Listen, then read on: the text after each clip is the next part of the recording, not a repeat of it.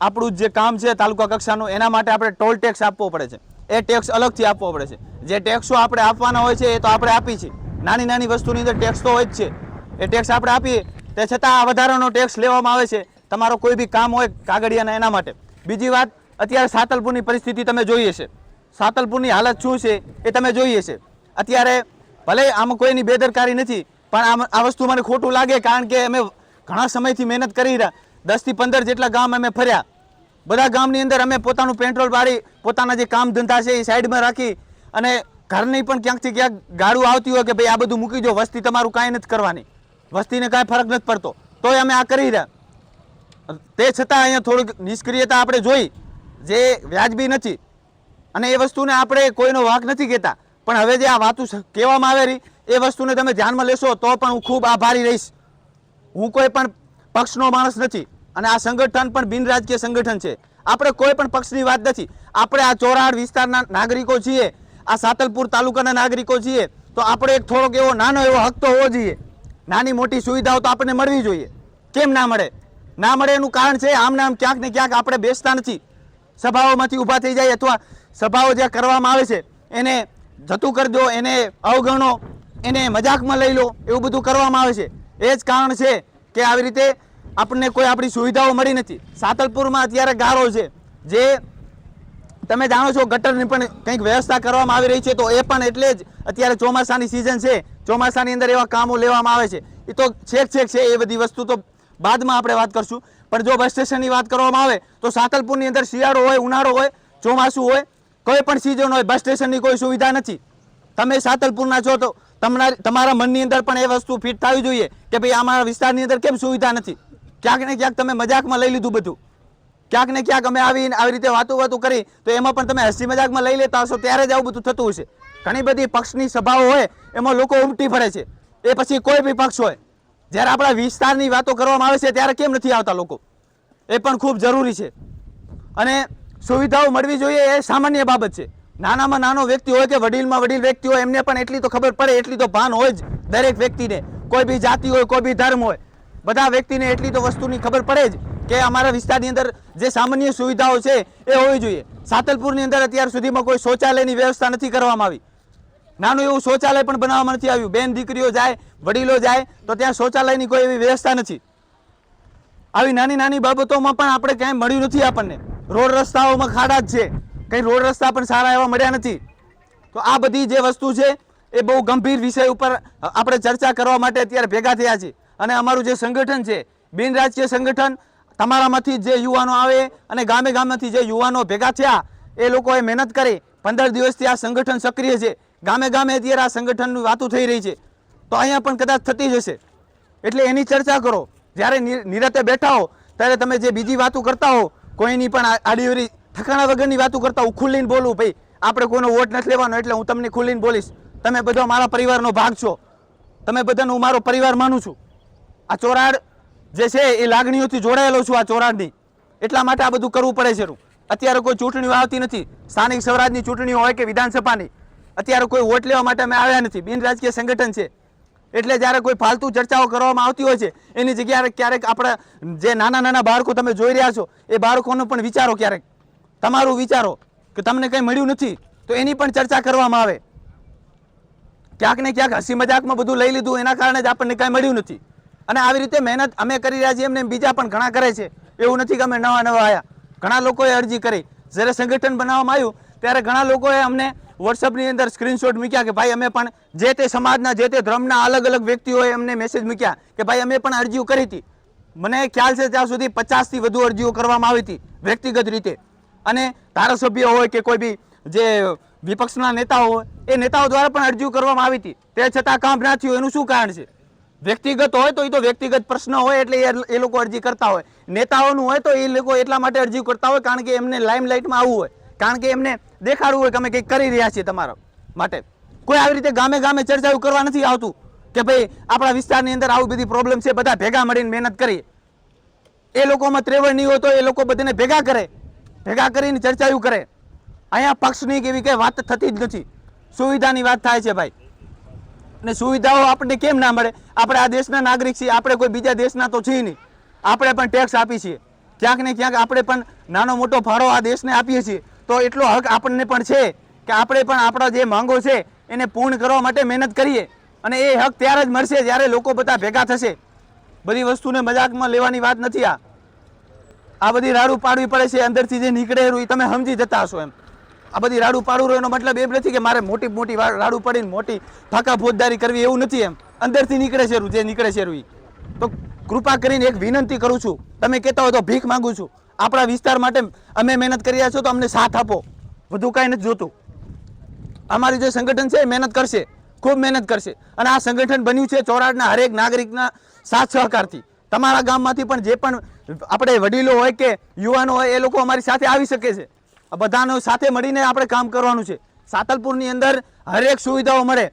આ બધી વાતો મારી જે હું કરવા માંગુ એ તો મોટી થઈ જશે, પણ મારું તો એવું પણ સપનું છે કે સાતલપુરને આવનારા 10 વર્ષની અંદર નગરપાલિકાનો દરજ્જો પણ મળી જાય.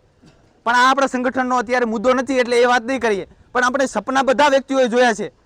પાટણની અંદર અમે તૈયારી કરી જ્યારે ગવર્મેન્ટ જોબની, ત્યારે ઘણા યુવાનો સાથે અમે ચર્ચાઓ કરતા હોઈએ કે ભાઈ આપણા સાતલપુરની અંદર વિકાસ નથી ને આમ તેન બધું ઘણું બધું ખુલ્લીને વાતો કરતા હોય. જે તે સમાજના જે તે ધર્મના બધા વિદ્યાર્થીઓ અમારે મિત્ર હોય એટલે વાતો કરતા હોય. પણ મતલબ એનો એ છે કે બધાને મગજની અંદર છે જ કે ભાઈ સાતલપુરનો આ પ્રશ્ન છે આપણો, પણ તે છતાં કામ નથી થતું. એનું કારણ એક જ છે કે આપણે જમીની ધોરણે લોકોને દેખાડ્યું નથી. સત્તામાં બેઠા છે એ લોકોને આપણે ખબર નથી પાડી. અત્યારે કોઈ બી પક્ષની સત્તા પક્ષ હોય કે વિરોધ પક્ષ, એની સભા કરવામાં આવે છે. તમારામાંથી કયો ભણનો દીકરો છે કે જે પ્રશ્ન કરે કે ભાઈ અમારે સાતલપુરમાં આમ છે ને તેમ છે? જી સાહેબ ને આ સાહેબ ને એના સિવાય કોઈ વાત નથી થતી. આ બધું જનજાગૃતિ અભિયાન પણ એ જ છે કે અમારામાંથી અમે જે આ સંગઠન બનાવ્યું એનો એક બીજો મતલબ એ પણ છે કે જનજાગૃતિ અભિયાન કરીએ. ગામે ગામેથી બધા બારવટીયા એવા પેદા થાય, ગામે ગામેથી એવા જાગૃત નાગરિકો બને કે લોકો સત્તા પક્ષ હોય કે વિરોધ પક્ષ હોય એમને સવાલ કરે કે તમે શું કર્યું અમારા માટે. જી સાહેબ ને આ સાહેબ ને એમનું ભાષણો સાંભળીને પછી નીકળી જવું, એટલે આ બધું એના કારણે જ થઈ રહ્યું છે. આ સભાઓ કરી અમે અત્યારે અહીંયા બધા ભેગા થયા, મહેનત કરી. એનું કારણ શું છે ભાઈ? એનું કારણ એટલું જ છે કે તમે તમારામાંથી હરેક વ્યક્તિએ ક્યાંક ને ક્યાંક કચાશ રાખી છે અને આ વસ્તુ સ્વીકારવી પડશે. કોઈ એમ ના કહી શકે કે ના ભાઈ અમે નથી કર્યું. એવું ક્યાંક ને ક્યાંક અંદર અંદર ચર્ચાઓ કરી લેવાથી કાંઈ નથી થતું. અમે પણ ખૂબ કરી, પણ હવે આ બધું કરી રહ્યા, મહેનત તમારા માટે કરી રહ્યા છીએ. બીજું જે અમે સંગઠનનું જે આખું કાર્યક્રમ છે એના વિશે સમજૂતી આપીશ.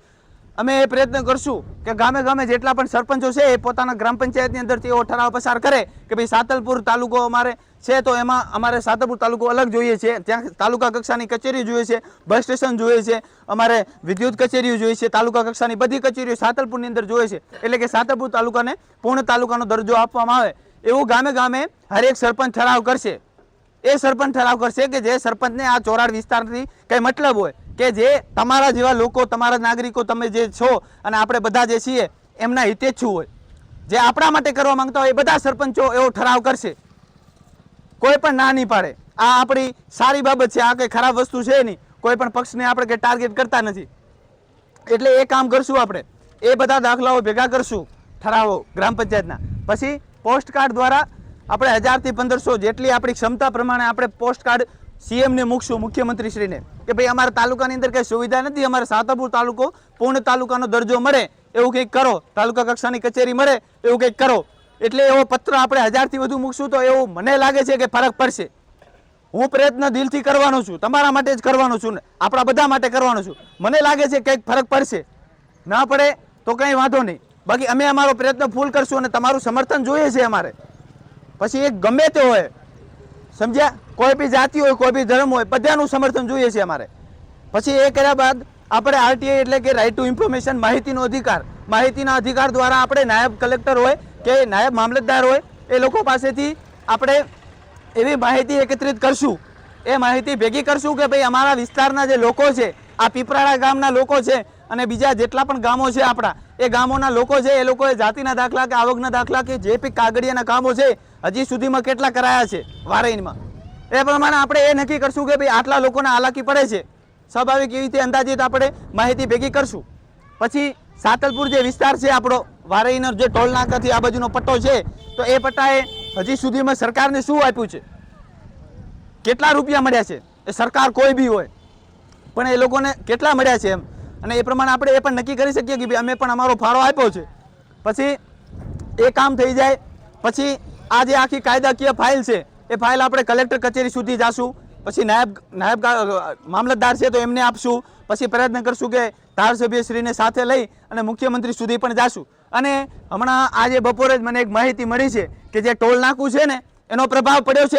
આ બધું અત્યારે મગજ જેટલા પણ ધ્યાન આડુહરું હોય તો આ બાજુ રાખજો. હું એક મસ્ત વાત કરવા જઈ રહ્યો છું કે એવો પ્રભાવ પડ્યો છે કે આવતા અઠવાડિયાની અંદર કે આવતા 15 દિવસની અંદર ટોલ નાકું સાતલપુર માટે ફ્રી કરવાની વાત અત્યારે મુકાઈ છે. આ વસ્તુને ધ્યાનમાં રાખજો, ગંભીરતાથી લેજો. એટલો ફરક પડ્યો છે. મને આજ બપોરે જ એક માહિતી મળી છે હા કે એવો પ્રયત્ન કરી રહ્યા છે અંદરથી, ત્યાં સત્તાધીશો એવો પ્રયત્ન કરી રહ્યા છે કે તાલુકામાં જે ટોલ ટેક્સ છે આપણે તો સાતલપુરના લોકોને એમાં ટોલ ટેક્સમાં આપણે આપવું ના પડે એવું પ્રયત્ન થઈ રહ્યા છે. તો એ થઈ રહ્યા છે એનું કારણ એ છે કે અમે 10 ગામની અંદર સભા કરી, ચોખ્ખી વાત છે, બાકી કોઈને પડી નથી આપણી. આપણે જ્યારે પ્રશ્ન કરશું આપણે બધા ઊભા થશું, આપણે બધા સવાલ ફરી હતું ફરી ક્યાં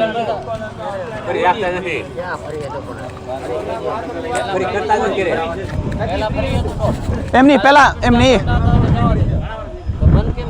શું એમની આ ભાઈએ કીધું કે પહેલા ફ્રી હતું કે પહેલા બંધ હતું, એ વાતની અત્યારે વાત જ નથી થતી. અત્યારે મુદ્દો શું છે, બિનરાજકીય સંગઠન એટલે આપણે કોઈનું કંઈ કહેવાનું જ નથી. તમારી વાત સાચી, પણ આપણો જે મુદ્દો છે ને એને ગંભીરતાથી લો. કોઈ એવા પ્રયત્ન ના કરતા કે આપણે કંઈક આડીઅવળી વાત થઈ જાય. આમાં શું મેઇન વસ્તુ શું હોય, આપણે બિનરાજકીય રીતે આપણા જે હકો છે એનું રક્ષણ થાય, આપણા જે હકો છે આપણને મળે, આપણે જે સુવિધાઓ મળવી જોઈએ એ આપણને મળે, એના માટેની વાત છે.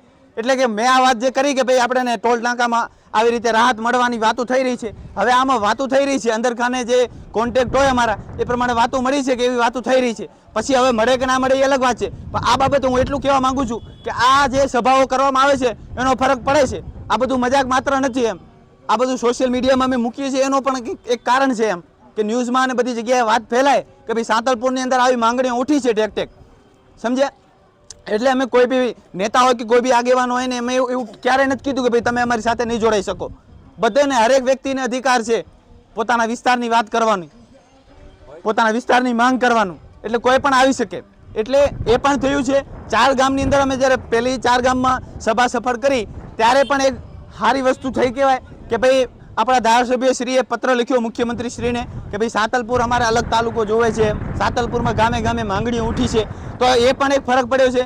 તો હવે તમે બધા ભેગા રહી અને ભેગા મળી અને જ્યારે સાતલપુરમાં સભા કરવામાં આવે મોટી ત્યારે આવું ના થાય. અત્યારે જે થયું હોય તમે જાણો જ છો કેવું થયું. આવું ના થાય એની જગ્યાએ બધા સ્વેચ્છાએ પોતપોતાનો હક છે, પોતાની વાત છે, એટલા માટે સાતલપુર ભેગા થાય.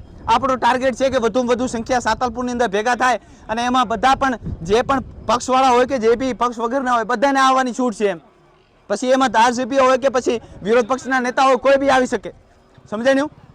એટલે એ કલેક્ટર કચેરી આપણે મેં વાત કરી એમ કાયદાકીય ફાઇલ મૂકશું, પછી આપણે મુખ્યમંત્રીશ્રીને પણ રૂબરૂ મળશું ને આ ફાઇલ આપશું સંગઠન વતી. અને એમાં પણ આપણા ગામના વડીલો, જે પીપળાડા ગામના વડીલો હોય કે યુવાનો હોય, જે લોકોને સાથે આવવું હોય એ બધા સાથે મળીને આપણે જશું. એવું નથી કે હું એકલો જઈને કરી આવીશ, અને મારા એકલાથી ક્યારે થવાનું પણ નથી.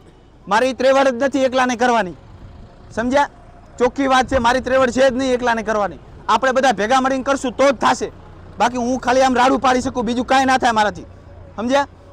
એટલે આપણે એ મુખ્યમંત્રીને જે કાયદાકીય ફાઇલ છે એ પણ સુપ્રીત કરશું. અને તે છતાં પણ જો ન શક્ય બને અને આપણો હક ના મળે તો અમે એ પ્રયત્ન કરશું કે કોર્ટની અંદર PIL દાખલ કરી, જાહેર હિતની અરજી કરી કે ભાઈ અમારા સાતલપુરની અંદર આ પ્રશ્ન છે તો એમાં કંઈક નિરાકરણ લાવવામાં આવે તો કોર્ટની અંદર લડાઈ લડવા માટે પણ તૈયાર છીએ અમે. પણ હવે જે આટલા વર્ષો સુધી થયું એ બધું થયું, પણ હવે જાગવાનો સમય છે ભાઈ. હવે સમય છે જાગવાનો. ક્યાંક ને ક્યાંક બધું મજાકમાં ના લઈ લો અને મગજની અંદર ફિટ કરી નાખો કે ભાઈ અમે આ રાડું પાડી રહ્યા, પ્રયત્ન કરી રહ્યા, તમારા માટે જ થઈ રહ્યું છે, આપણા બધા માટે થઈ રહ્યું છે.